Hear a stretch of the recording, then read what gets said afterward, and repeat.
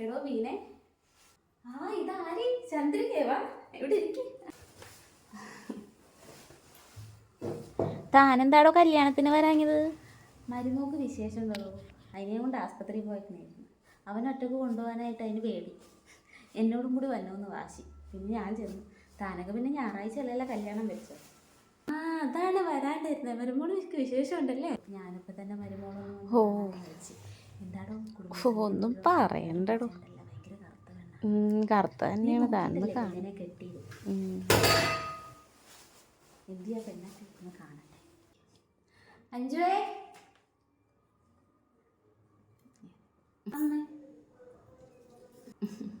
ഇതാണ് മരുമോള് അഞ്ചു. മോളെ ഒന്ന് ചേച്ചി കാണാൻ അപ്പുറത്തെ വീട്ടിലാണ്. ബാലു എന്തിയേ? ബാലുചേട്ടൻ കടയിൽ പോയിരുന്നു. കടയിലാ? പിന്നെ അഞ്ചുമോക്ക് ജോലി അങ്ങനെ എന്തെങ്കിലും ഉണ്ടാ? ജോലിയൊന്നുമില്ല. ജോലിയൊന്നുമില്ലേ? കുറച്ച് കറുത്തതാണ്.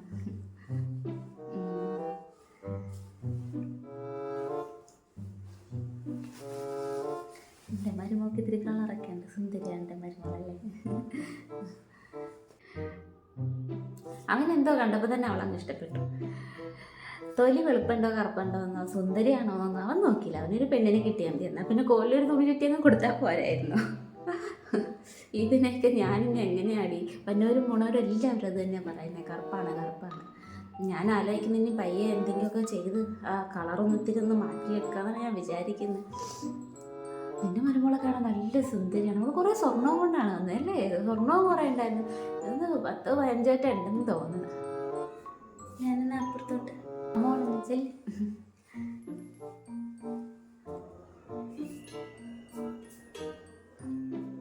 എന്ത് കറുപ്പാടി നീ എങ്ങനെ ഈ നാട്ടിൽ ഇരുന്ന് കൊണ്ട് പുറത്തിറങ്ങി നടക്കും? എനിക്കൊന്നും വയ്യ. അവളുടെ മുഖത്തോട്ട് നോക്കുമ്പോൾ ഛർദ്ദിക്കാനാ പറഞ്ഞത്.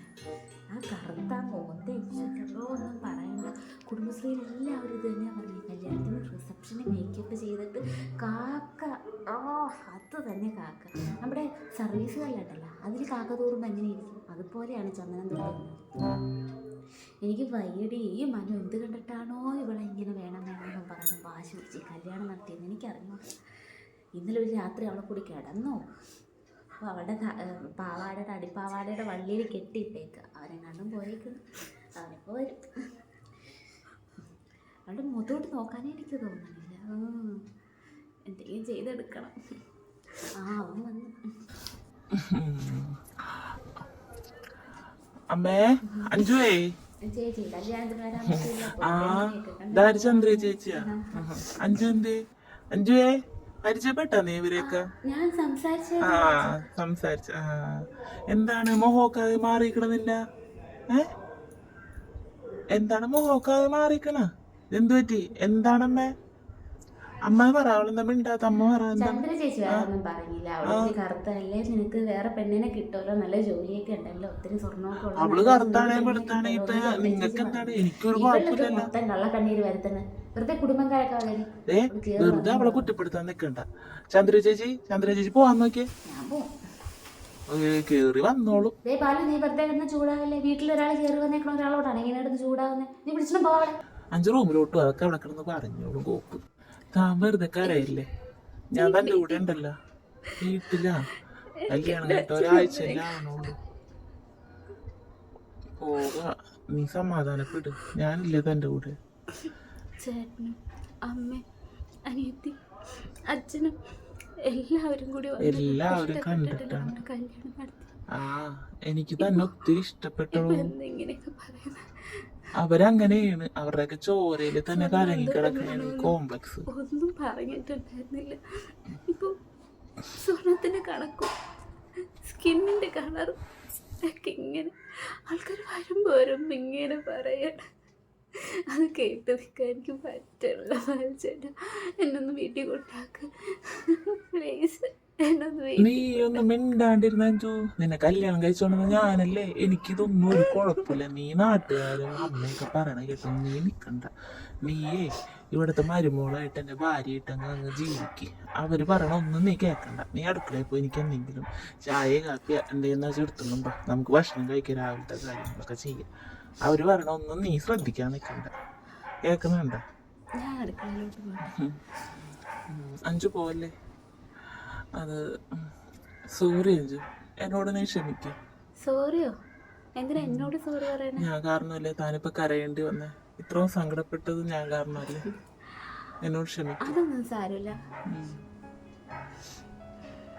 പഠിച്ചോണ്ട് നടന്ന സമയത്ത് ബന്ധുക്കളുടെയൊക്കെ വീട്ടിൽ പോകുമ്പോഴും ഞാനിത് ഒരുപാട് കേട്ടിട്ടുണ്ട്. അവള് കറുത്തതാണ്, അവള് കറുമ്പിയാണ്, കാക്ക കറുമ്പി, ഒരുപാട് ഇരട്ട പേരുകൾ എനിക്ക് ഉണ്ടായിട്ടുണ്ട്. ഞങ്ങള് സ്കിൻ കറുത്തു പോയ ആൾക്കാർ സമൂഹത്തിന് മുമ്പിൽ എന്തോരം ആക്ഷേപങ്ങൾ സഹിക്കുന്നുണ്ടെന്നറിയാം. സ്വന്തം വീട്ടിൽ ഇല്ലെന്നേ ഉള്ളൂ, കല്യാണം കഴിപ്പിച്ചു വിടുന്ന വീട്ടിലായാലും അതെന്നും സഹിക്കണം. ബന്ധുക്കളുടെ മുമ്പിലും കൂട്ടുകാരുടെ മുമ്പിലും ഞങ്ങളെന്നും ഒരു കോമാളിയാണ്. ഞാനത് കേട്ട് എനിക്ക് നല്ല പരിചയമുണ്ട്, അതൊന്നും എനിക്കൊരു കുഴപ്പമില്ല. പക്ഷേ അമ്മ അങ്ങനെ ഒരു കൂടിയൊക്കെ പറയാനിരുന്നപ്പോൾ ഒരു സങ്കടം. പോട്ടെ, എന്നെ മനസ്സിലാക്കാൻ എൻ്റെ ബാൽച്ചാരനല്ലേ, പിന്നെന്താണ്.